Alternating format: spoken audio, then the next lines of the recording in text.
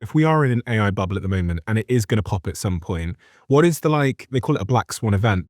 The things that prick the bubbles, typically in the beginning, something that means that I have to sell some wealth to get money. And that's usually a rise in interest rates. It could be something like wealth taxes, something that means I'm very wealthy, but typically the tightness of money, because during that spot, there's inflation pressures and central banks decide that they want to tighten monetary policy and so on. Also, what you see is a lot more production of stock. And what I mean by that, issuance of stock. Think of the supply and the demand, but there's also supply. So you can issue stock. There's almost nothing that's easier to produce than stock. So if I own a company, I can just print more equity. Yes, today you could probably go out and say, I'm going to make a company and I'm going to take it public. And you go to your audience and your crowd and you can say, I'm going to make stock.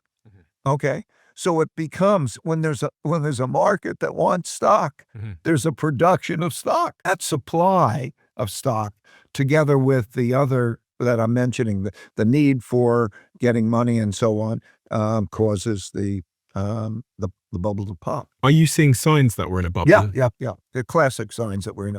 And the bubble, I should emphasize, it's not a you're in a bubble or you're not in a bubble. It's a degree thing.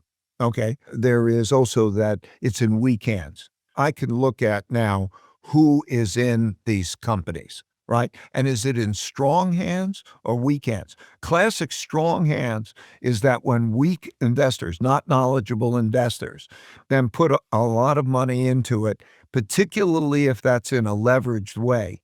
Another way with debt. With debt, or they can buy a leveraged version of that. Like there are ETFs now that are leveraged versions of the stock market and so on. And so they get into that. It's more like they're crap shooting. Okay. And then that's a sign of a bubble. So I've listed a few of those signs. Those are the major signs of those bubbles. And so that when it goes down, then you get the fear, then you get the need to raise cash, and that dynamic works its way out in the form of then the reverse happening.